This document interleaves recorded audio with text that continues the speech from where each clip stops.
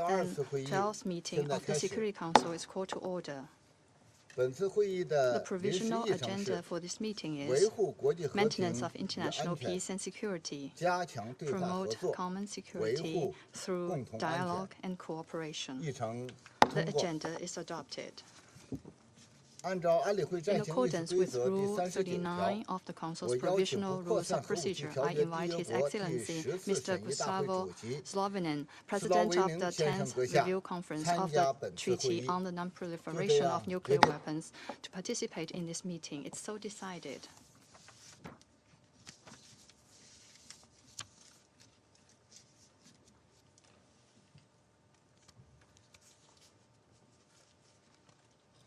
The Security Council will now begin its consideration of Item 2 of the agenda. I wish to draw the attention of Council members to document S/2022/617, a letter dated August the 12th, 2022, from the Permanent Representative of China to the United Nations, addressed to the Secretary General, transmitting a concept paper on the item under consideration. As indicated in the letter, the Security Council was established to achieve common security for all, and the maintenance of international peace and security also features regularly on the agenda of the United Nations. In recent years, this regular topic has become more and more urgent, and the security dilemma increasingly difficult to solve. Security challenges such as political instability, military conflicts, terrorist threats, COVID-19 pandemic, natural disasters, energy and food crisis are complex and intertwined, and the world is far from peaceful. It seems that every country is striving for its own security, but the result is that the sense of insecurity is on the rise in all countries. In the face of the new situation, it is necessary for the Security Council to revisit its original mission, to better respond to the expectations of all parties, and better fulfill its responsibility for maintaining international peace and security. This is of great practical significance in the current context. China has set the theme of today's open meeting as promote common security through dialogue and cooperation, in the hope that all parties will, through calm and rational dialogue, give some in-depth consideration to the fundamental issues related to international security and ask questions such as, what kind of international security do we really need? How can we, under the current situation, emerge from conflicts and turmoil and avoid a larger-scale security disaster? What role can the United Nations play? I look forward to all of us with a forward-looking vision, a responsible attitude, focusing on today's theme and contributing our insights. I'm very honored to give the floor to the Secretary General, His Excellency Mr. Antonio Guterres.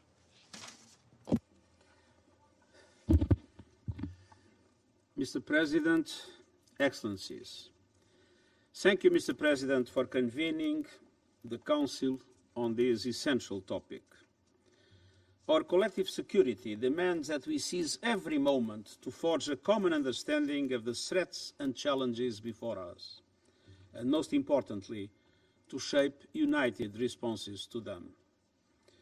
As the focus of this briefing makes clear, the path to peace is forged by dialogue and cooperation.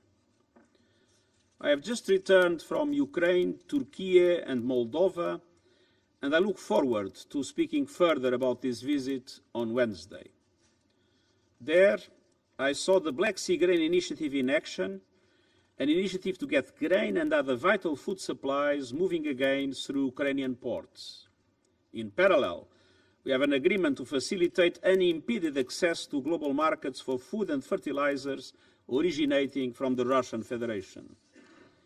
Mr. President, this comprehensive plan is crucial for the world's most vulnerable people and countries who are desperately counting on these food supplies. Above all, it is a concrete example of how dialogue and cooperation can deliver hope, even in the midst of conflict. The same commitment to dialogue and results must be applied to the critical situation at the Zaporizhzhia nuclear power plant. I reaffirm that the United Nations has in Ukraine the logistics and security capacities to support the mission of the International Atomic Energy Agency from Kyiv to Zaporizhia. And we continue the relentless search for peace in Ukraine and across the globe in line with the United Nations Charter and international law. Mr. President, this Council represents a vital part of the process of peace and prevention through resolutions to cease conflicts, support reconciliation, and provide humanitarian assistance and support to millions of people in need. But, Mr. President, today's collective security system is being tested like never before. Our world is riven by geopolitical divides, conflicts, and instability. From military coups to interstate conflicts, invasions, and wars that stretch on year after year. Lingering differences between the world's great powers, including at this Council, continue to limit our ability to collectively respond. Humanitarian assistance is stretched to the breaking point, and human rights and the rule of law are under assault. Trust is in short supply. Many of the systems established decades ago are now facing challenges that were unimaginable to our predecessors: cyber warfare, terrorism, and lethal autonomous weapons. And the nuclear risk has climbed to its highest point in decades. Mr. President, the tools that have kept us from catastrophic world war are more important than ever. But they must be fit for today's rapidly deteriorating international peace and security environment. We need to reforge a global consensus around the cooperation required to ensure collective security, including the work of the United Nations. And that is also the driving force behind my proposal for a new agenda for peace contained in the report on our common agenda. Through it, we are exploring the diplomatic toolbox of the UN Charter to end conflicts, especially Chapter 6 provisions around negotiation, inquiry, mediation, conciliation, arbitration, and judicial settlement. But we are also putting a focus on prevention and peace building. This including strengthening our foresight of future threats and anticipating flashpoints and long-standing conditions that could explode into violence. It includes exploring new and expanded roles for regional actors and groups, particularly as cross-border threats to peace and security emerge. It includes putting human rights first in political and financial investments that can address the root causes of conflict, from social protection and education to programming to end violence and discrimination and increase women's participation across civic and political life. It includes the capacity of establishing new social contracts that build and strengthen the bonds of trust between people who inhabit the same borders, and in the governments and institutions representing them, so all people can lend their hands to building peace. And it includes joint efforts to gather countries around the need to reduce risks stemming from cyber warfare and lethal autonomous weapons. And it includes accelerating efforts to eliminate the nuclear threat once and for all. The 10th Review Conference of the Treaty on the Non-Proliferation of Nuclear Weapons meeting these months must demonstrate that progress is possible. I renew my call to all states parties to demonstrate flexibility and the willingness to compromise across all negotiations. And countries with nuclear weapons must commit to the no first use of those weapons. They must also assure states that do not have nuclear weapons that they will not use or threaten to use nuclear weapons against them, and be transparent throughout. Nuclear saber-rattling must stop. We need all states to recommit to a world free of nuclear weapons and to spare no effort to come to the negotiating table to ease tensions and end the nuclear arms race once and for all. Monsieur le Président, Mr. President, l'avenir de l'humanité est aujourd'hui entre nos mains. humanity's future is in En our cette période hands de risque today. maximal pour notre monde, At this moment of il est temps de maximum renouveler danger notre for our engagement world, envers la Charte des now is Nations the Unies time et to les idéaux recommit qu'elle to the UN représente. Charter and the La ideals meilleure it solution pour represents. tenir la promesse de la Charte There de is no préserver greater les solution to générations fulfill the futures Charter's du fléau de la promise guerre, to save c'est de succeeding remplacer la generations from the division scourge of par war le dialogue than et to la replace diplomatie. division with dialogue De and négocier et de diplomacy, trouver des compromis to et negotiate de rendre des comptes and à l'avenir. compromise, and to hold Ce ourselves Conseil et accountable cette for the future. organisation représente les nations du monde entier et constitue le meilleur espoir de l'humanité pour bâtir un avenir meilleur et plus pacifique. Alors que nous élaborons notre nouvel agenda pour la paix, à nous de prouver que nous avons tiré les leçons du passé.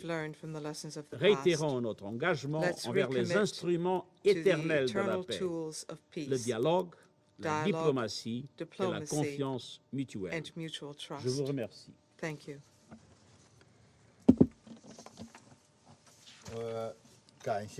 I thank Mr. Secretary General for his briefing. I thank him for his thoughts and suggestions and insights. Now, I give the floor to His Excellency Mr. Gustavo Zlovenin. Mr. President, distinguished members of the Security Council, Mr. Secretary General, Excellencies, allow me to start by thanking you, Mr. President, for the invitation to speak today on such an important topic. For the last 3 weeks, just across the hallway, the state parties to the Treaty on the Non-Proliferation of Nuclear Weapons have been engaging in an in-depth discussion on how to strengthen that essential instrument of our common security. I'm aware that not all members of this Council are parties to the NPT. Nevertheless, it is my hope that all Council members could appreciate the important role played by the treaty as a contribution for the betterment of the international security environment. Since its entry into force in 1970, the NPT has proven to be a bulwark of international peace and security, and a key facilitator of the benefits of nuclear energy and nuclear applications. Over its 52-year history, the treaty has proven itself remarkably resilient and adaptable. Its near universal membership speaks for itself. States parties' current engagement on discussions speaks volumes about the conference's status as the de facto multilateral negotiating forum on all things related to nuclear weapons. As a consequence of the geopolitical turmoil rocking our world since February this year, the NPT faces a raft of challenges, the diversity and scope of which are unlike anything that has come before. And still, throughout these 3 weeks, I have witnessed that state parties have come resolved to strengthen the global regime that spans the 3 pillars of the treaty, meaning nuclear disarmament, non-proliferation, and the peaceful uses of nuclear energy. Mr. President, as far as priorities go, the implementation of the treaty's provisions is front and center for many, if not most, of the state parties. Ensuring fulfillment of the treaty's core commitments and obligations is seen as essential to the treaty's enduring success. For many, this is especially the case for disarmament commitments, nuclear disarmament commitments, including those made at prior review conferences, such as the unequivocal undertaking to eliminate nuclear arsenals. There are few issues more vital to our common security than preventing any use of nuclear weapons. And as many believe, the only way to completely eliminate the risk of a nuclear weapon being used again is to completely eliminate those weapons. This is the crux of the issues that the NPT states parties are grappling with. How to reinforce the 7-decade-old non-use of nuclear weapons, and to take urgently needed steps towards a world free of nuclear weapons. Whether state parties can make progress and strengthen the implementation of all 3 of the NPT's pillars depends on agreement on several key areas, in my view. First, given current global conditions and recent events, it should be no surprise that concerns have only grown regarding the need for urgent action under Pillar 1 of the treaty, nuclear disarmament. Such measures are needed to reverse dangerous trends, increase confidence, and ensure that mistakes or miscalculations do not lead to escalation and catastrophe. In addition, the current global security environment has revived the narrative that nuclear weapons provide the ultimate security guarantee. This is an extremely damaging narrative and dangerous for non-proliferation, especially when coupled with other challenges to non-proliferation, such as hedging and emerging technology that can lower the barriers to the acquisition of nuclear weapons and delivery vehicles. Second, on near-term measures to reduce the risk of nuclear weapons. The norm against the use of nuclear weapons is one of the most important achievements of the post-World War II era, but it is increasingly threatened. The heightened nuclear risk has, on the other hand, strengthened calls for immediate risk reduction measures, and on the other, been taken by many as further evidence for the urgent need to accelerate nuclear disarmament. It has also brought back to the fore questions about how to strengthen security assurances, a long-standing concern of non-nuclear weapon states, that will now be front and center in our minds. Risk reduction remains a priority for many, as I said, especially at the intersection between nuclear weapons and new domains in cyber and outer space, and with new technologies from artificial intelligence to hypersonic weapons. But for many others, they have argued that risk reduction is not enough. They believe that circumstances demand immediate action on irreversible and verifiable nuclear disarmament. These will likely include calls for a strong language on the humanitarian consequences of nuclear weapons, as well as new agreements to reduce the global number of nuclear weapons and arsenals. Third, how to support the resolution of regional proliferation crises, especially in Asia and the Middle East. There is broad agreement about the need to strengthen the non-proliferation regime against an array of emerging challenges. Assisting the resolution of regional proliferation challenges, therefore, remains a high priority for state parties. From the Middle East to Northeast Asia, the introduction of nuclear weapons into any regional conflicts will amplify the danger by an order of magnitude. State parties are all too aware that failure to address these cases weakens the entire non-proliferation regime. Fourth, how to broaden access to the benefits of peaceful uses of nuclear science and technology. The NPT has proven to be a facilitator of the peaceful uses of nuclear science and technology, the benefits of which continue to grow. This nexus between development and security adds a new dimension to the treaty, one that reflects its continued centrality in the international system. And as the role of nuclear technology becomes more and more prominent in areas from agriculture to medicine, ensuring the widest possible reach of those benefits becomes increasingly important, especially as a catalyst for fulfilling the Sustainable Development Goals. Fifth and finally, how to ensure the safety and security of nuclear power plants in conflict zones.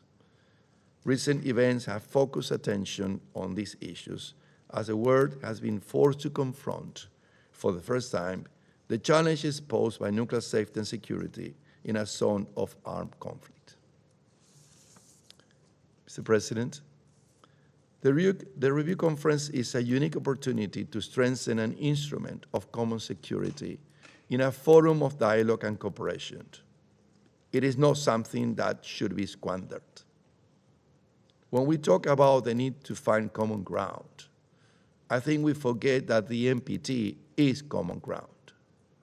Protecting it, keeping it fit for purpose, and making sure it can continue its role as a bastion of international peace and security is and must be a priority for all.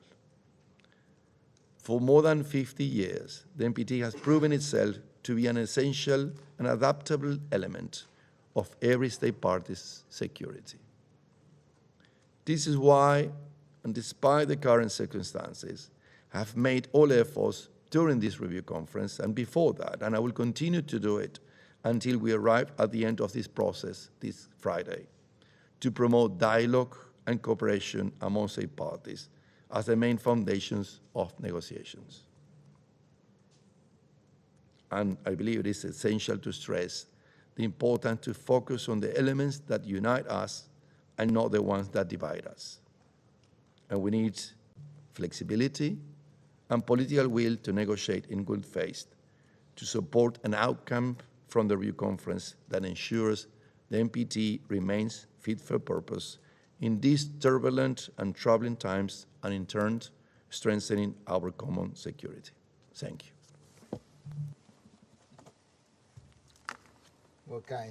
I thank Mr. Slovenen. I thank Your Excellency for the briefing. I now give the floor to the members of the Security Council. I give the floor to the representative of the UAE. Thank you, Mr. President, and I'd like to first thank China for organizing this important meeting and to express our gratitude to the Secretary General and to Mr. Gustavo Slovenen for their invaluable briefings. Mr. President, a press item covering the 1945 San Francisco Conference reported that the delegates had signed, and I quote, "a charter written for a world of power, tempered by little reason." The architects of the United Nations needed only to look around them for insight into the ruin wrought by unrestrained power. The story of short-sighted ideological and hegemonic pursuits had echoed across human history, each time with greater dissonance. So in an act of necessary but extraordinary ambition, they committed to building something better. They envisioned an international order in which people express their right to self-determination through equally sovereign states that resolve their differences with dialogue and without the threat of wars of aggression. They sought to temper power by binding together in common security and prosperity those who may wield it and those who may suffer it. Since then, with pragmatism, creativity, and leadership, and despite many challenges to these lofty ideals, the system has held.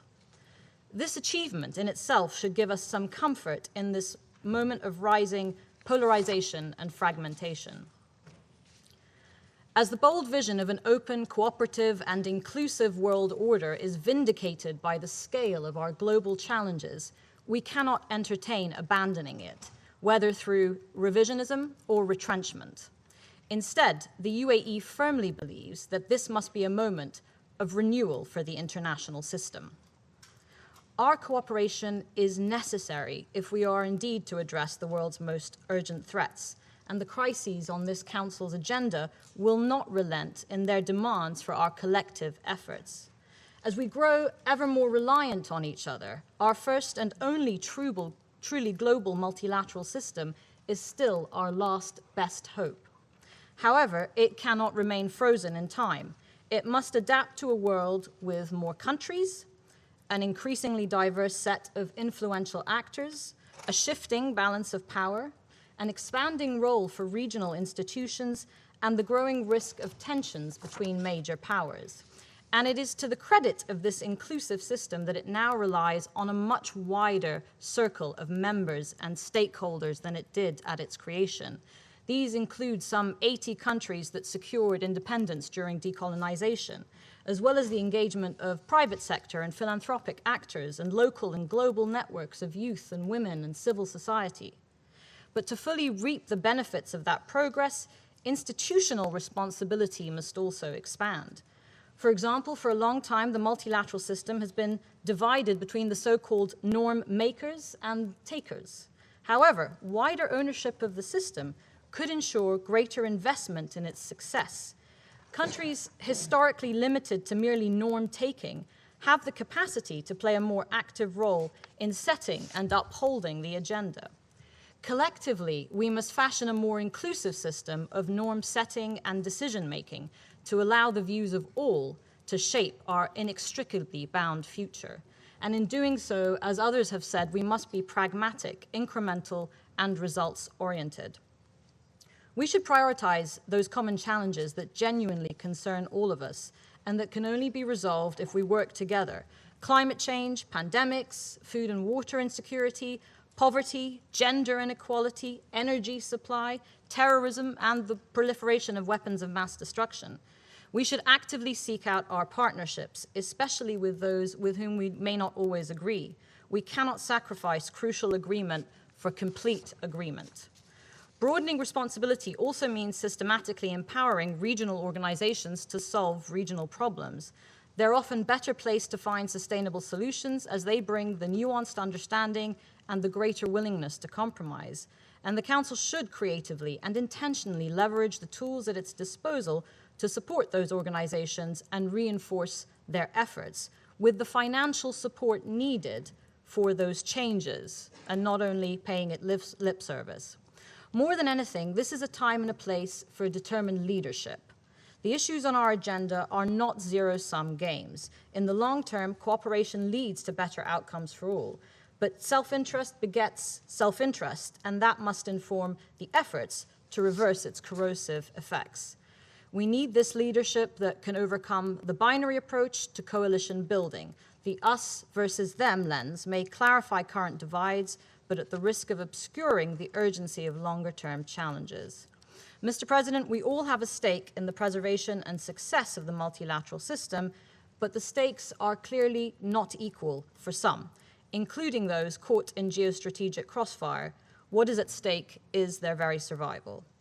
Cognizant of that fact, the most effective of our predecessors in these chairs tried to manage their differences and disagreements in a way that allows the UN to remain responsive to those who need it the most. The world looks to this chamber to summon that spirit once again and, in the process, usher in the necessary renewal of an open, cooperative, and inclusive world order. Thank you, Mr. President, for this timely discussion. I thank the representative of the UAE for the statement. Now give the floor to the representative of Brazil. Thank you, Mr. President. Mr. President, I would like to thank China for convening this briefing and the Secretary General for his important remarks. I would also like to thank Ambassador Gustavo Slauvinen for his insightful intervention. While it is important to clarify that the decisions regarding the NPT review process are the exclusive and collective competence of the states parties to the treaty, the fact that, for the first time, the president of an ongoing RevCon briefs the Security Council in an official meeting is a positive sign. It shows that the body, which bears the primary responsibility for the maintenance of international peace and security, is attentive to the main multilateral discussions taking place beyond the walls of this chamber. Ambassador, you can rest assured of Brazil's full support for your efforts to reach a balanced, meaningful, consensual outcome document for the conference. Brazil is convinced that we are in the best hands to lead the way. Mr. President, we need to take certain steps for achieving a safer and more peaceful world. First, we need to overcome, once and for all, the false narrative that nuclear weapons make the world a safer place. In reality, such weapons spawn an elusive and precarious security. Their mere existence invites further proliferation, undermines global stability, and compromises international security, putting the whole world at existential risk. The substantial increase in nuclear tensions since the beginning of this year is a powerful demonstration of this fact. As we kickstart the final week of the NPT RevCon, we cannot lose sight of our common objective of achieving a world without nuclear weapons. Nuclear disarmament is not a concession on the part of nuclear weapon states. It is an unequivocal commitment and a binding obligation in accordance with Article 6 of the NPT. While nuclear risk reduction measures are important and necessary, They are by no means a panacea for our atomic malady, let alone a substitute for nuclear disarmament. We must always keep in mind the fragile balance between the three pillars that allowed for the adoption of the NPT. This balance is the only way to ensure that the treaty can remain relevant. Second, prevention is a better cure, as conventional wisdom reminds us. The international community should make more frequent use of preventive diplomacy and mediation. It should focus more on Chapter 6 than Chapter 7 of the UN Charter. It should condemn the abusive use of Article 51. The law of action and reaction is especially applicable to the use of force, which tends to generate further use of force in a chain reaction.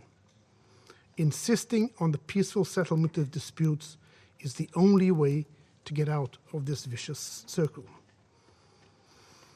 Third, there can be no stability where the rule of law does not prevail. Respect for international law is crucial for peaceful international relations. International law is the language we must speak when differences arise among us. International humanitarian law protects us from further damage when conflict regrettably breaks out. International human rights law and international refugee law, by protecting individual rights and thus saving lives, may avoid trauma and resentment, which are among the root causes of conflict, and they are key for any reconciliation process.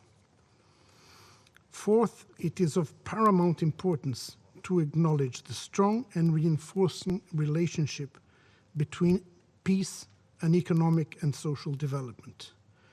There can be no development without peace, and no lasting peace without development. A new agenda for peace will only be successful if it has its foundations on the implementation of the 2030 Agenda for Sustainable Development. A strong economic foundation and robust productive capacities are the path to job and wealth creation, solid fiscal revenues, debt sustainability, political and social stability, and ultimately peace.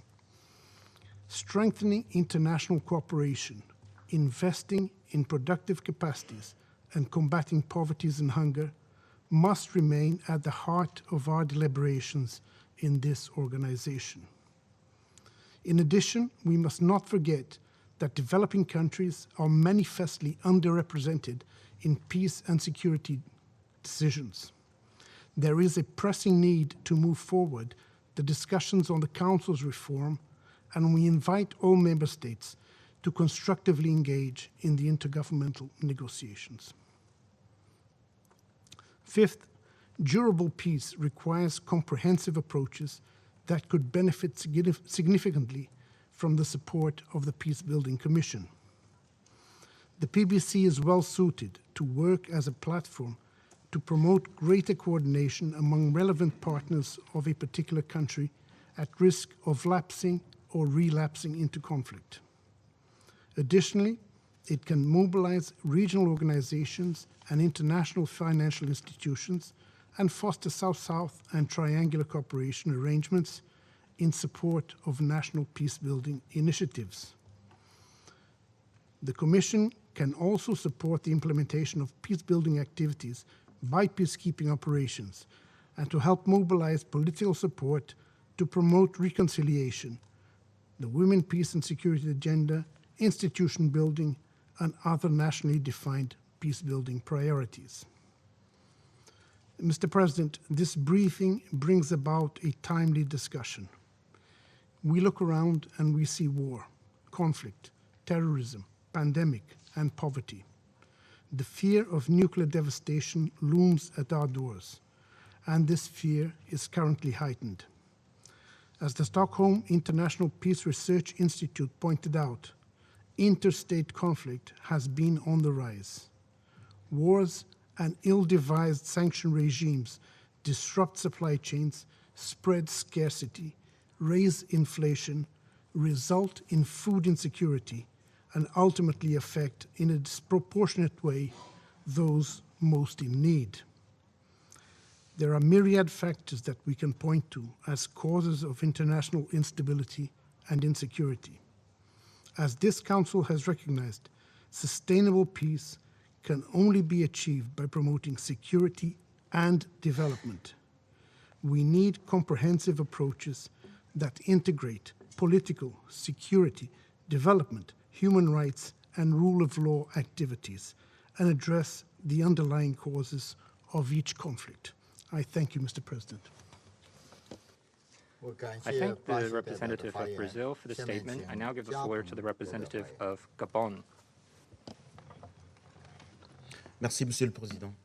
Thank you, Je Mr. tiens à President. remercier la Chine I pour would like to l'initiative thank China de cette for this réunion qui nous donne initiative l'occasion de nous to hold pencher this meeting. It sur gives us an l'importance de opportunity to promouvoir focus on the les importance principes of essentiels promoting the de key dialogue et de principles of coopération dans le dialogue and maintien de la cooperation paix in the et de la maintenance sécurité of internationale. international peace and security. Je remercie le secrétaire I général also Antonio thank the Guterres Secretary General d'avoir Antonio compris Guterres la for portée du dialogue dans le contexte having actuel.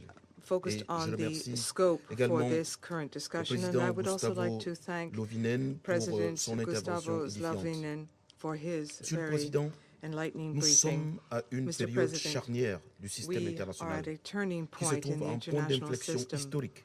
This is a En historic effet, le tipping monde point. In se point of relève fact, the péniblement world d'une is, pandémie qui a exacerbé with great ses difficulty, vulnérabilités coming out individuelles of et a systémiques global et pandemic. est en proie à une crise And we are now multidimensionnelle facing a qui met en multidimensional question crisis l'ordre international which actuel. questions the current international Le order. contexte international est marqué par The l'émergence de nouveaux pôles International d'influence context is qui aspirent marked by à reconfigurer different les poles of équilibres influence et to les approches de la rebalance gouvernance the nationale et approach to internationale. national and international De plus en governance. plus multipolaire, Increasingly le multipolar in monde se nature, cristallise the world à l'aune de la concurrence géopolitique is entre now plusieurs acteurs seeing majeurs. a change in the Manifestement, geopolitical relations l'avenir among du a monde number of actors. qui se Clearly, the dessine future of the à nous world est politiquement before et us idéologiquement is plus politically diversifié. and ideologically more Ainsi, à diversified l'ordre than ever international qui se before. dévoile The semble faire place international à la community diversité des valeurs is giving et way to a nécessite un diversity dialogue of permanent values and requires en vue d'un constant consensus dialogue global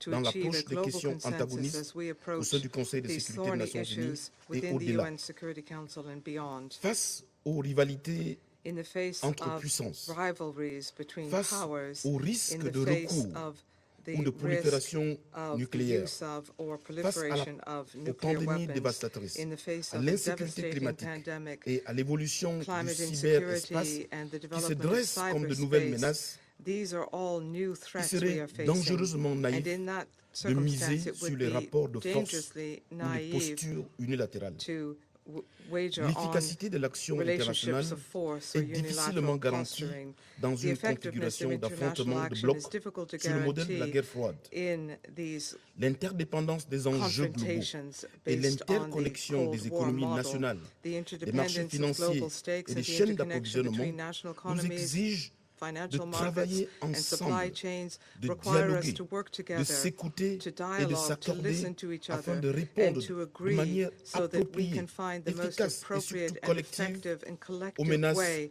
les of plus graves addressing the most pesant serious sur la paix threats et la to sécurité internationale. international peace and security. Monsieur le Président, Mr. President, nous sommes impuissamment témoins we de are l'implacable réalité powerless witnesses que les of querelles de this grandes puissances stark reality sur leur that hiérarchie, the sur leur idéologie et leurs intérêts stratégiques disagreements of the great constituent un powers terrain over fertile hierarchy, over d'antagonisme majeur, ideology and their de strategic guerre de interests choix, de constitute guerre par fertile procuration, ground de guerre for de prédation de ressources considerable qui antagonism, déstabilisent les États wars fragiles, of notamment choice, en Afrique. proxy wars, Le Conseil de sécurité, wars for ce Conseil, resources, se destabilizing révèle fragile comme states, le particularly in cadre Africa. idéal The pour Security promouvoir Council le is dialogue the ideal à l'échelle framework for internationale promoting dialogue pour relever internationally des and défis for les plus addressing complexes the most et complex assainir la challenges compétition géopolitique et idéologique. improving the Mon geopolitical and pays, qui n'a jamais ideological connu de situation guerre of ni de conflit armé, conflict. continuera de My travailler country pour has never favoriser known une plus war grande or armed inclusivité conflict, diplomatique and we will continue et to un work dialogue to promote authentique et greater durable afin diplomatic d'atténuer inclusiveness,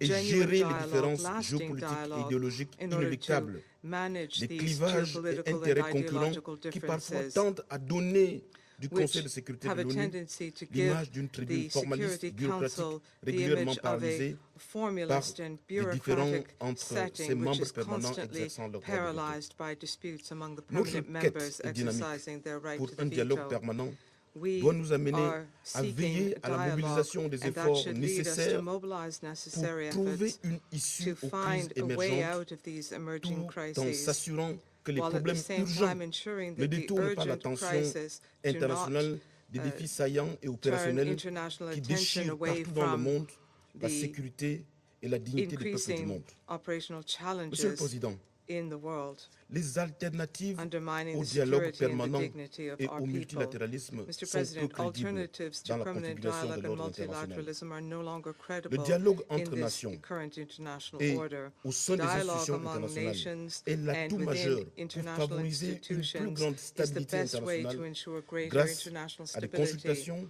And that would be négociations through soutenues pour gérer consultations, les conflits ongoing émergents. negotiations in order to Le manage dialogue a pour emerging vertu de conflicts. faire progresser la The coordination virtue entre of pôles dialogue d'influence, is that it moves de forward maintenir la coordination stabilité among internationale poles of et de influence. promouvoir It un ordre maintains fondé sur des règles. international stability and Il promotes représente un juste milieu order-based, pragmatique a dont le rules-based order. contournement It is the most débouche à des pragmatic alternatives way risquées of et dangereuses.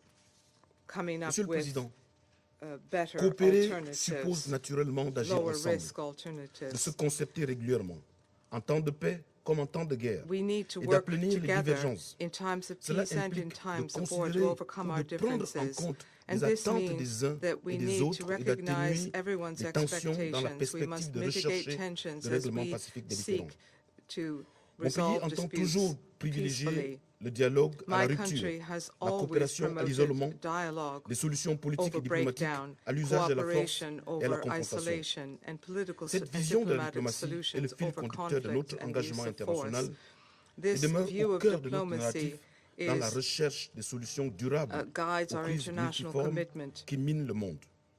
as we Monsieur le face Président, these notre numerous ferme crises conviction undermining the world. demeure Mr. que les President, organisations we are régionales firmly et convinced that sous-régionales regional and sont des sub-regional acteurs de référence organizations pour are enclencher benchmark le dialogue dans la prévention des players conflits for et dans la réponse promoting efficace et dialogue and durable preventing aux crises conflicts in internationales. responding C'est effectively to l'essence même international crises. de notre volonté That is the d'apporter very des solutions essence of our africaines will to aux find problèmes africains an African qui est solution prôné to par l'Union African africaine et ses problems membres.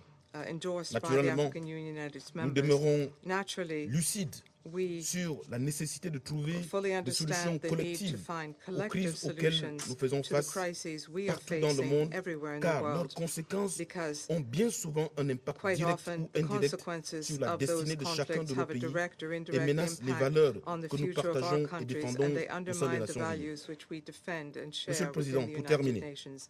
In je voudrais conclusion, Mr. President, réitérer I wish to l'appel reiterate solennel de the mon solemn pays à appeal chacun of des my membres de ce country to Conseil et every member au-delà of this à Security chaque Council, membre de la communauté and internationale beyond that, pour to every construire les member of the passerelles du international dialogue community. et faire tomber les Let us murs de open pathways fragmentation for qui nous dialogue. divisent Let us et break nous down the défacent walls des of aspirations de fragmentation l'humanité. which divide us Il est and urgent undermine mankind's de nous aspirations. réconcilier We avec must notre vocation reconcile d'assurer ourselves with our ensemble calling to la paix ensure et la sécurité peace, internationale international pour les peace and peuples du monde. security together for all C'est à cela peoples of the que world. nous sommes engagés en souscrivant à la That Charte is des Nations Unies. why we are here. Nous devons sans plus attendre et sans se lasser That is the essence of coopérer the et UN dialoguer Charter. avec franchise et Without further détermination delay, we au sein must de be ce Conseil frank and à la dialogue mesure des within this engagements council. souscrits et des responsabilités We must assumées shoulder en our matière de maintien responsibilities and de our la sécurité et commitment de la paix to dans le monde. maintain Je vous peace remercie. and security in the world. Thank you.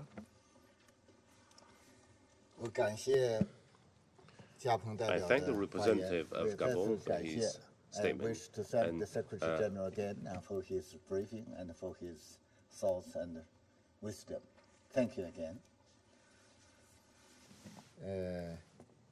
Now I give the floor to the representative of France.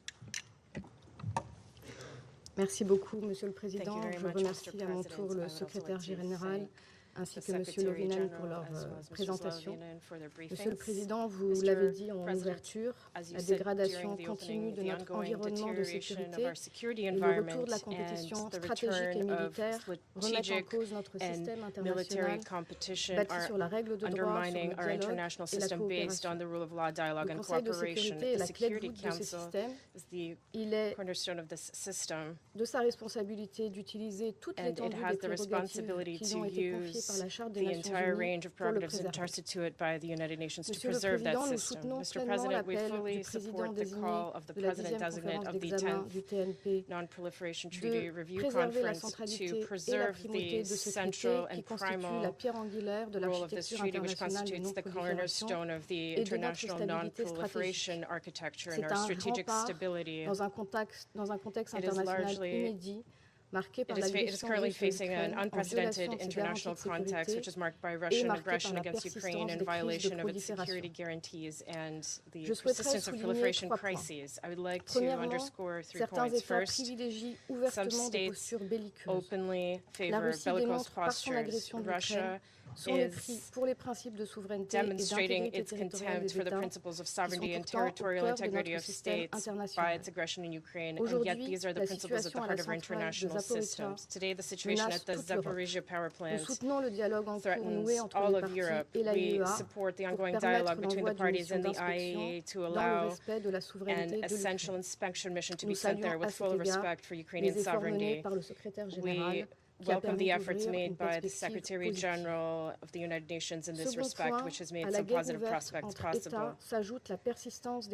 Secondly, in addition to the open war between states, we are seeing persistent internal conflicts, as well as the scourge of terrorism, which severely affects civilian populations, especially women and children. Crises are worsened by climate change, whose impacts, particularly in the Sahel when it comes to security, need no further demonstration. By weakening states, these crises can allow militias or mercenaries to thrive and further destabilize conflict zones. There's also a third worrying trend. Cyberspace and outer space are becoming a field of strategic rivalry and even armed conflict. The manipulation of information which misleads our citizens and undermines our democracies is amplified by hyperconnectivity. Several states thus seek to destabilize political systems and increase their influence, while others block information in order to avoid any disputes. In short, we are facing an area in which we must go beyond our old habits. We must reflect on a renewed dialogue to enhance our common understanding of these new fields, to strengthen international governance and define responsible rules of behavior by closely involving civil society and businesses in particular.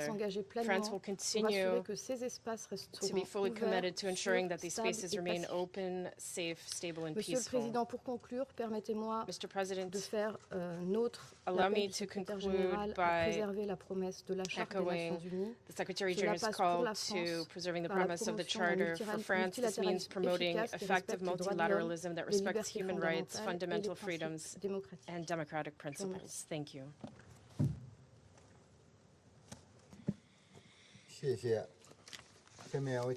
I thank you, and then I'll give the floor to the representative of Kenya.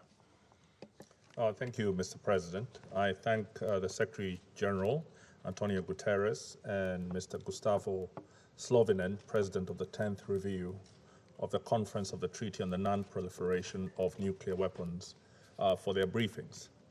Mr. President, I commend you and your delegation for the choice of today's briefing. We embrace the discussion, believing that the survival of our species is dependent on the establishment of security based on dialogue and cooperation, not the combative threat of mutual and worldwide nuclear annihilation. Unfortunately, the international community is facing an increasingly dangerous confrontation between the great powers. In the past, we have regretted the increasing irrelevance of multilateralism. We do so again knowing that without it, humanity will suffer grievously as our greatest hopes are crushed by multiple interlocking crises. Mr. President, as you know, we have an agreement that if embraced indeed as much as it is inward, offers us a hopeful basis for collective security. That agreement is the UN Charter, which we must not allow to go the way of the failed League of Nations. However, present trends holding, it may well meet this unfortunate end due to its paralysis caused by the increasing conflict between defensive and offensive alliances of major powers. The effects are already devastating when it comes to the ongoing war in Europe and its worldwide effects. Unless dialogue is started to halt the war in Ukraine, the continuation of the logic that led to it will lead to ruin for all of us. Mr. President, we are at a fork in the road.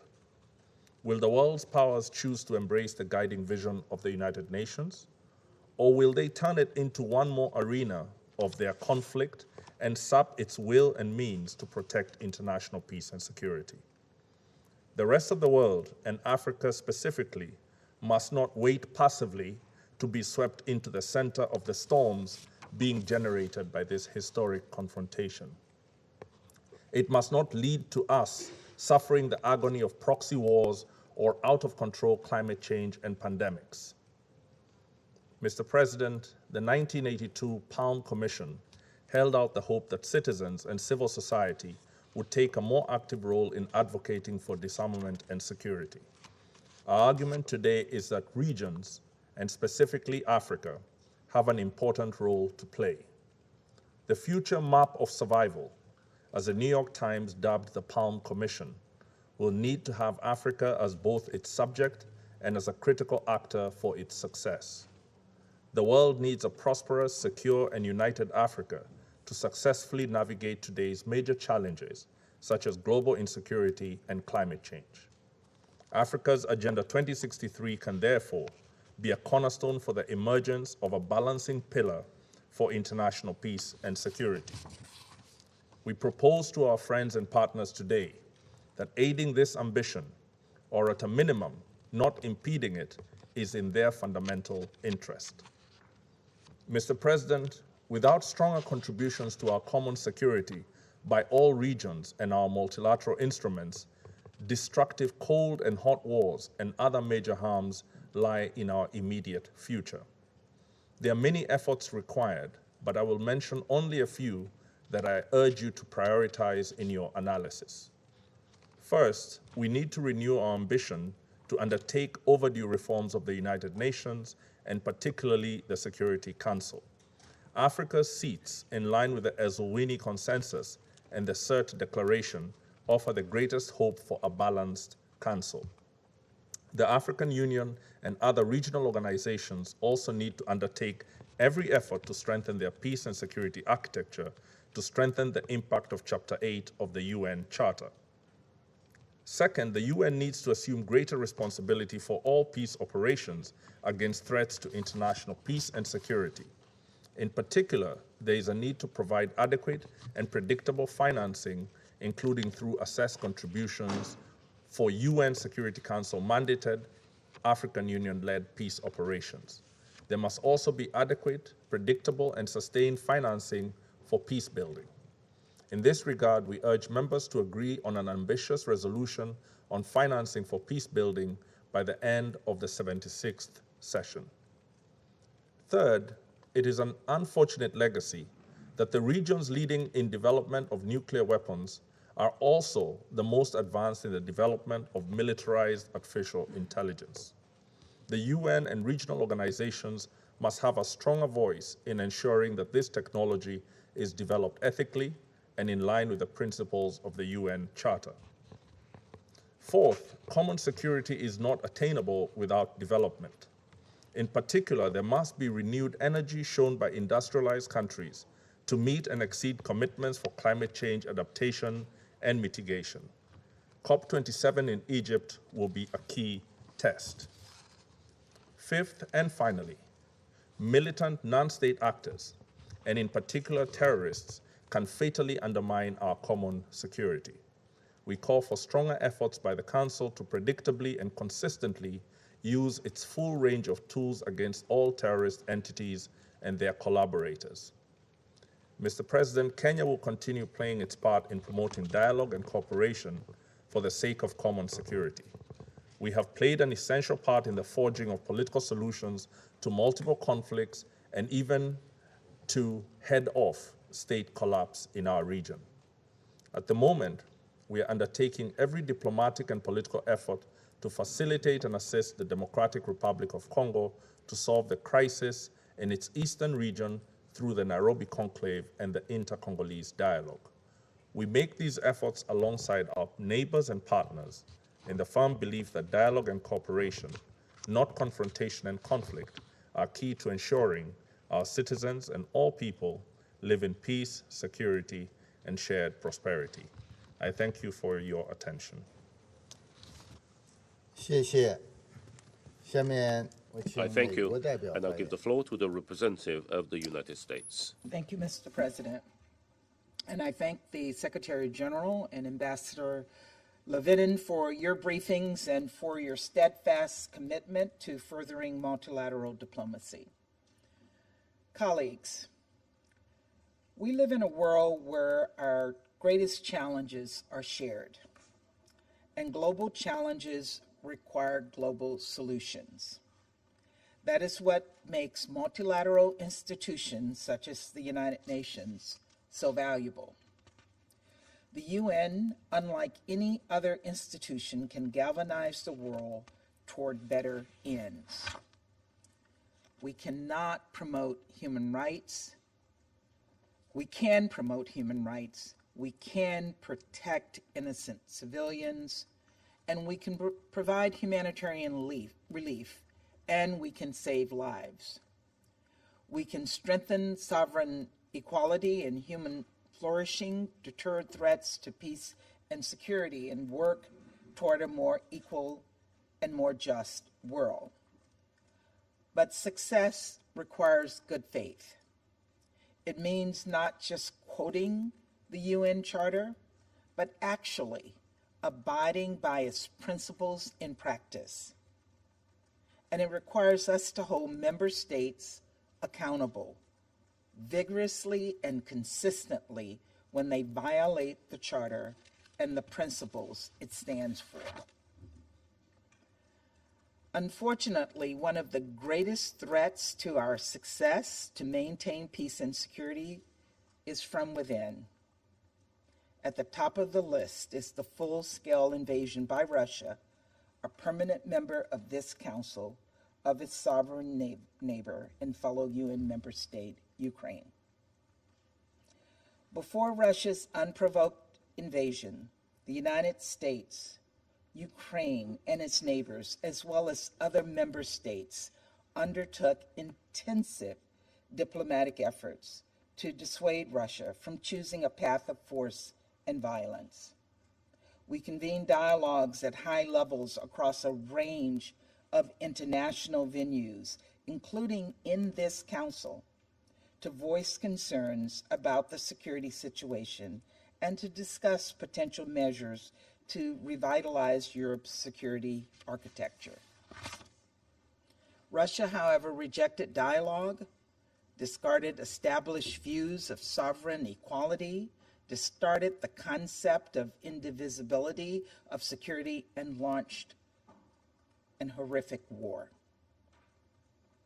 Russia has justified its actions by attempting to redefine basic concepts like sovereignty, territorial integrity, and the indivisibility of security.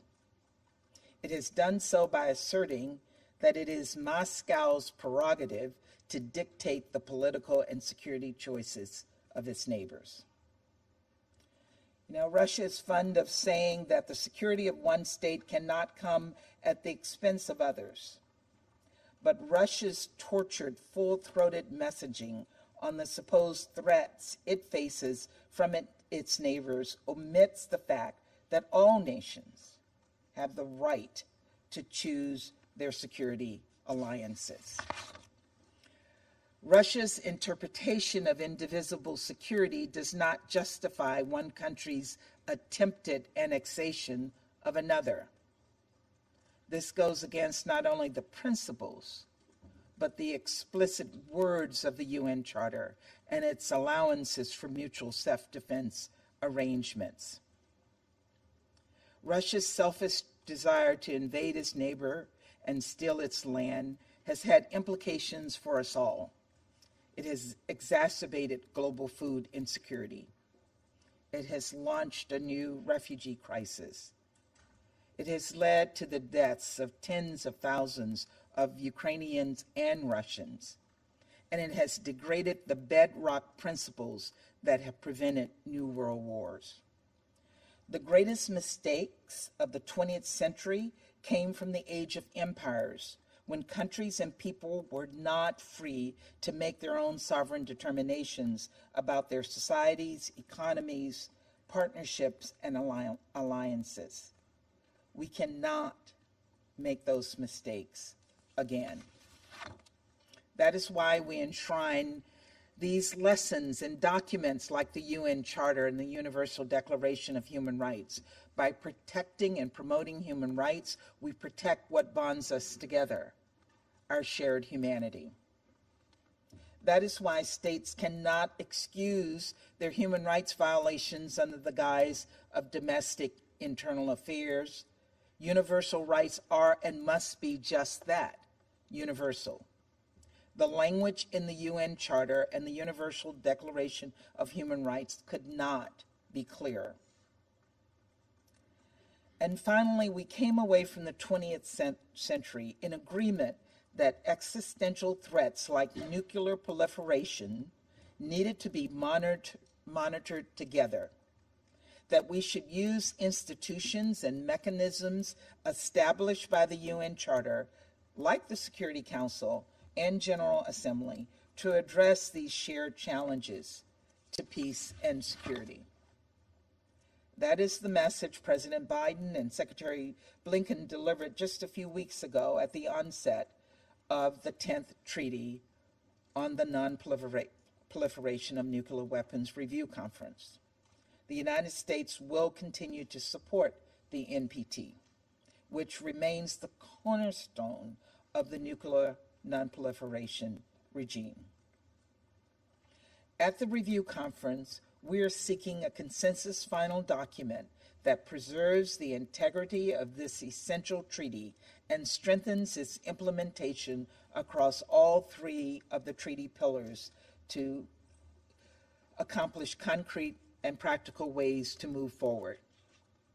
It is also important that the review conference acknowledge the manner in which Russia's war and irresponsible actions in Ukraine seriously undermine the NPT's main purposes. That is why we believe resuming mutually beneficial inspections under New START, or Strategic Arms Reduction Treaty, is a key part of our cooperation that must continue. We are ready to negotiate expeditiously a framework to replace New START in pursuit of further bilateral strategic nuclear arms reductions with Russia. We're prepared to work with all countries on risk reduction and strategic stability efforts, and we will continue to support the entry into force of the Comprehensive Nuclear Test Ban Treaty.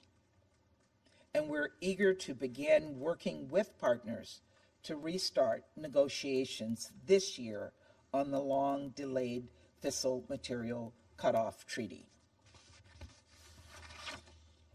These global challenges require global solutions.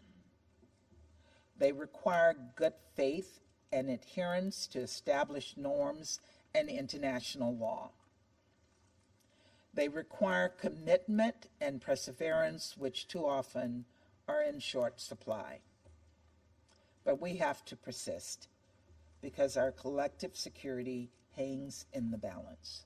Thank you, Mr. President. I thank you. I now give the floor to the representative of the UK.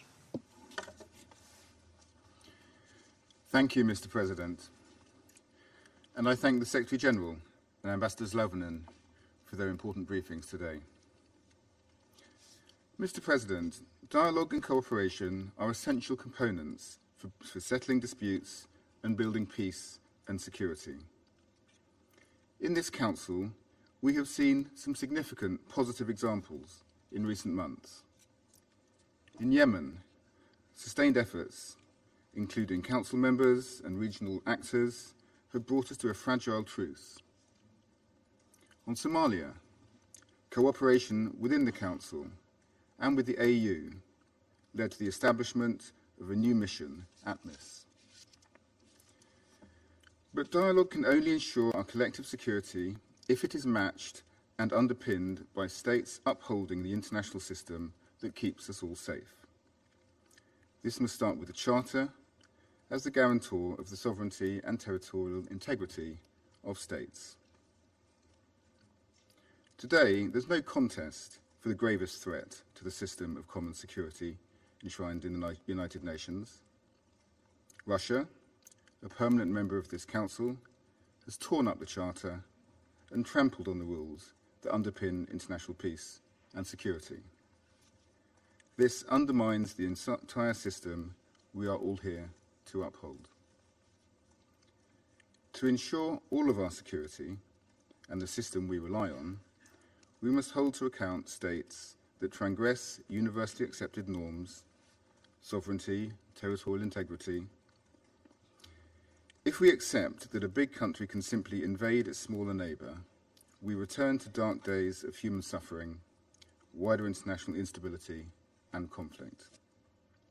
This is why we call again for the Russian Federation to stop its illegal invasion of Ukraine and withdraw its forces.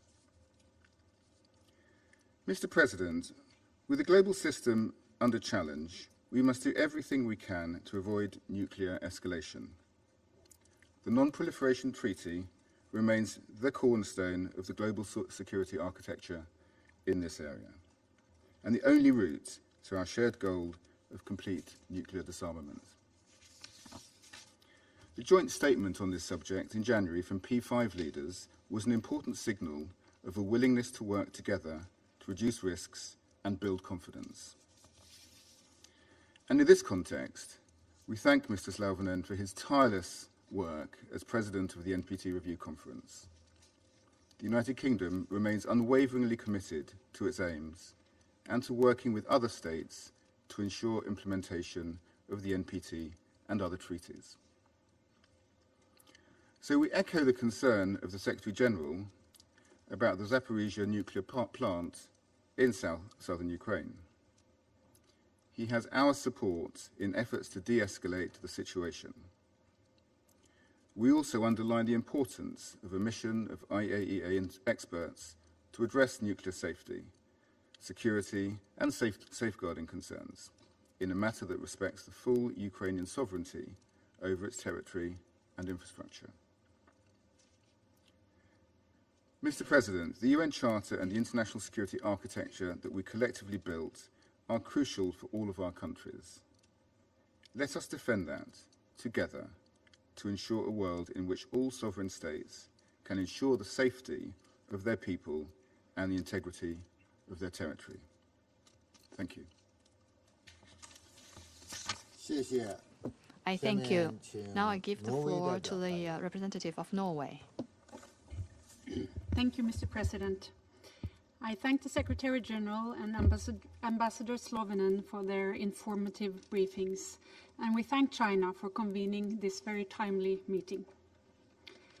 The world is currently facing a multitude of immediate challenges in new and reinforcing ways, from the pandemics to climate-related conflicts, cybercrime, food insecurity, and a growing number of refugees. Conflicts have become increasingly protracted, with devastating effects on civilians and civilian infrastructure. Lack of protection fuels conflicts and is a threat to international peace and security. No state, no matter how powerful, can resolve all these challenges alone. Multilateralism must be at the heart of how we seek to deal with our global challenges. President, we need to take a more active role in preventing crisis. We therefore highly value that the Secretary-General has made prevention a priority in his report, Our Common Agenda, emphasizing the need to ensure that financing is adequate, predictable, and sustained. In searching for ways to facilitate early responses, we also need to improve the Council's situational awareness. Here, there is a key role for the Secretariat and UN briefers to use their interactions with the Council to bring emerging issues to its attention and sound the alarm. Working together with regional organizations such as the African Union is essential for the Council to understand and tackle emerging security threats, including the rise of non-state actors in conflict. In order to reach sustainable peace, Norway also strongly believes that we need to talk to all actors involved in any conflict. The full and meaningful inclusion of women is crucial in this regard. President, great power rivalry is putting pressure on the multilateral disarmament architecture. New weapon systems are being developed and deployed. Proliferation challenges are on the rise. The Non-Proliferation Treaty has helped to safeguard global security for more than half a century. It is the cornerstone of our efforts to rid the world of nuclear weapons. It is essential that we seize the opportunity during the ongoing review conference to reaffirm our commitment to the treaty. We would also strongly advocate the entry into force of the CTBT. We must persist in our efforts to prepare the ground for future binding arms control and disarmament agreements. In this regard, we emphasize to use the gender lens also on this work. Women and women's organizations are central actors in policy and advocacy on non-proliferation and disarmament. President, the UN Charter clearly prohibits aggression and acquisition of territory by force. Russia must immediately withdraw its forces from Ukraine's internationally recognized borders and cease all threats and military actions. The recent shelling on Zaporizhzhia nuclear power plant is of special concern. President, let me conclude with a concern we share with many around this table. The world currently faces unprecedented levels of acute food insecurity. Rising food prices are driving hunger in South Sudan, Syria, Yemen, Afghanistan, and other places. It is affecting livelihoods and multiplying the risk of further conflicts and instability. Russia's war on Ukraine has worsened the situation further with serious global impact. Norway commends the Secretary-General for his contribution to the initiative on the safe transportation of grain from Ukrainian ports through the Black Sea. This is an important step and can prove to ease global food insecurity. President, the challenges we're facing require a holistic and inclusive response. We are all affected.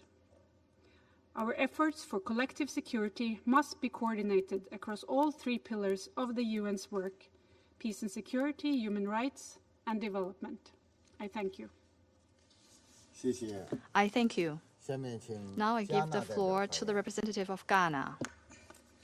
Mr. President, at the outset, I would like to thank the Chinese delegation for organizing this important meeting to promote common security through dialogue and cooperation. We also thank the Secretary General for the depth and clarity of his statement, as well as Ambassador Gustavo Slovinen, President of the 10th Review Conference of the NPT, for his insightful briefing. 7 decades after the adoption of the Charter of the United Nations, the world is increasingly witnessing strains to the structures of the global order, not only because there are new and emerging global threats whose resolution require effective national actions, but also because distance in time from the brutal images of the wars of the past, countries are beginning to consider ever more readily the threat of and use of force as an instrument for pursuing policies in the international arena. For many smaller countries, while there is an awareness that the rules-based order has not always been fair, the affirmation of the order is nonetheless firm, as it remains the key necessity in holding the stability of the modern international system. Most of us are only too well aware of the acute risk of a Hobbesian imagery if the international system of governance we have built in the post-war era should be fragilely maintained. As we therefore reflect over prevailing risks to the global system from threats such as the proliferation of weapons of mass destruction, the risk of nuclear conflict or its use by terrorist groups, terrorism, violent conflicts, pandemics, climate change, cyber attacks, disinformation, the migration crisis, and food and energy insecurity, we must be resolved to work our respective commitments to the Charter, as well as to the other commitments that we have made, including more recently in the declaration of the 75th anniversary. Mr. President, in considering how we can promote common security through dialogue and cooperation, Ghana seeks to share 5 main points. Firstly, as an overarching requirement, we must collectively work towards the strengthening of multilateralism in ways that make it to serve the needs of all and not the wishes of the few that are powerful or influential. The dialogue required for sustaining multilateralism must therefore change, and outcomes of decisions must reflect the common aspirations of all member states and be based, among others, on principles such as solidarity. In our mind, a strong multilateral system that upholds fairness and justice remains necessary in pursuing the common goal of maintaining global peace and security. Secondly, there have been far too many derogations in the obligation of some member states in relation to their own declaration at the point of joining the United Nations to accept the obligations of the Charter, especially as it relates to the purposes and principles. When this has happened with more powerful states, the organization has been constrained from acting. We therefore believe that in the present circumstances, it may be necessary to initiate a consensual process for member states to formally recommit to the purposes and principles of the Charter of the United Nations, especially its key purpose, which is to ensure international peace and security, based on the pacific settlement of disputes, the non-use of force in international relations except under very limited and defined conditions, the development of friendly relations, and the pursuit of international cooperation in resolving international problems. Thirdly, while the development of friendly relations among member states was envisaged as one of the key tools in advancing the Pacific world order, we are only too aware of past actions that have been carried out by some states that undermine the territorial integrity and political independence of other states. Such actions create mistrust and weaken the common security we all seek. It is important to recognize that while more powerful states may have extensive security concerns, those concerns cannot by any stretch be subordinated to the domestic interests of other states, no matter how small they may be.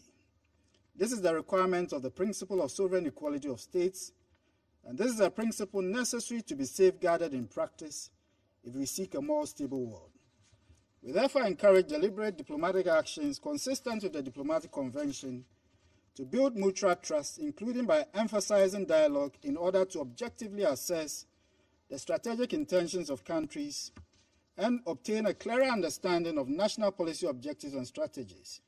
This is critical for dealing with misjudgments and avoiding unhealthy competition, especially among major powers. Fourthly, in the midst of prevailing geopolitical rivalries, the elevated risk over the deliberate or accidental use of nuclear weapons are a strong concern that the nuclear weapons states should cooperate to resolve. While nuclear non-proliferation is an important agenda that we must continue to work on, whether on the Korean Peninsula, in the Middle East, or elsewhere, the fundamental concern is that the idea of nuclear weapon itself is objectionable to humanity, and we should therefore work assiduously towards achieving a nuclear weapon-free world. This demand requires us to strengthen dialogue and cooperation so that the successes that have been achieved so far, such as the Non-Proliferation Treaty, which has helped to manage non-proliferation for 52 years, even though challenges still remain, and the 25 years moratorium on nuclear testing can be built upon. Finally, there are many situations of conflict, especially in parts of the African continent, where small arms and light weapons in the hands of terrorists and violent extremist groups have in effect been wielded as weapons of mass destruction. Such security threats of our time cannot be left only to regional and national actors to manage. The burden must be shared equitably, and renewed efforts and investments made in interventions that would accelerate progress towards the realization of the 2030 Sustainable Development Goals. In concluding, Mr. President, Ghana believes that the common security that we are all yearning for is possible and can be achieved. We therefore look forward to the further engagement of Member States on our Common Agenda report, particularly as it relates to the new agenda for peace. While recognizing the importance of regional arrangements in advancing collective security, we also underscore the crucial role of the UN in promoting dialogue and cooperation for our common security, and believe that the equal platform provided by the United Nations enables states to develop common understandings on the application of international law and norms, rules, and principles for responsible state behavior. We need to jealously guard this multilateral platform. I thank you, Mr. President. I thank the representative of Ghana. I now give the floor to the representative of the Russian Federation. Господин председатель, Mr. President, благодарим генерального we секретаря thank ООН UN Secretary General Antonio Guterres председатель 10-й and the обзорной President of the конференции 10th дня Густава NPT Злавинина Review за их Conference, Gustavo Zlavinin, for their briefings. Признательны китайским We коллегам are за grateful to our организацию Chinese colleagues сегодняшнего for convening заседания Совета today's Security Безопасности Council ООН и meeting выбор and весьма for their актуальной темы, choice of a посвященной very вопросам relevant коллективной topic безопасности. dedicated to the issues of collective security. Вряд ли кто-то может быть доволен Hardly той anyone международной can be ситуацией, в которой satisfied with the мы оказались international сегодня. situation in which we find ourselves today. Система международной The безопасности international находится в security глубочайшем system is кризисе. experiencing a profound Деградировали crisis. практически все Nearly институты, all на которые the она опиралась. institutions it was based on Уровень have доверия между deteriorated. ключевыми The level of международными trust игроками between опустился key до international критически низких players отметок. has dropped to a critically low level. Сегодня как никогда важно понять, Today, почему так more than получилось. ever, it is important to understand how we Однако у got стран here. Запада уже как минимум последние However, 200 for at лет least the last одно 200 объяснение years, the для countries любых of the подобных West have проблем. had one Оно же single и explanation универсальный for any рецепт such их problems, and решения. it is also the universal Обвинять во всем solution, Россию.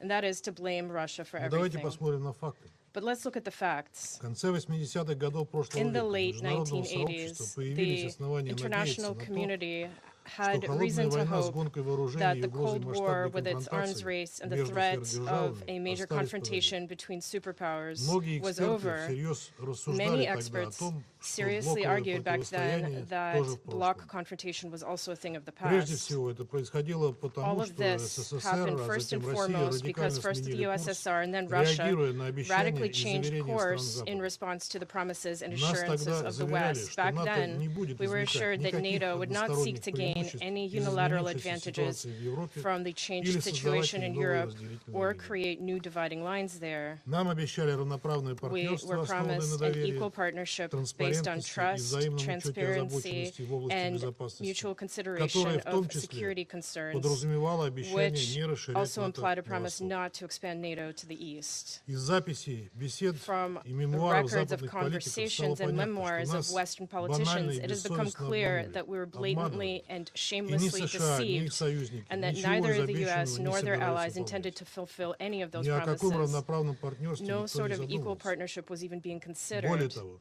страны Запада Moreover, the countries of воспользовались the нашими West took экономическими и advantage политическими of our проблемами economic and переходного political периода, challenges during the transition объявили period and Россию declared проигравшей Russia the в холодной войне. loser in the Cold War. А проигравший в их And понимании the ни на что не loser, может in their претендовать. understanding, cannot lay claim to anything. Свои обещания не наращивать в Европе военное присутствие и не NATO продвигать member границам России states военную almost instantly инфраструктуру. forgot their promises Члены НАТО not to забыли build почти up сразу a же. military presence in Europe and not to move any military Господин infrastructure closer to председатель, Russia's мы 30 лет borders. терпеливо Mr. пытались President, for договориться с 30 НАТО о years we have принципах been равной и patiently неделимой trying to reach an безопасности в agreement with NATO Евроатланте. on the principles of equal and Однако indivisible ответ на security in наше the предложение Euro-Atlantic region.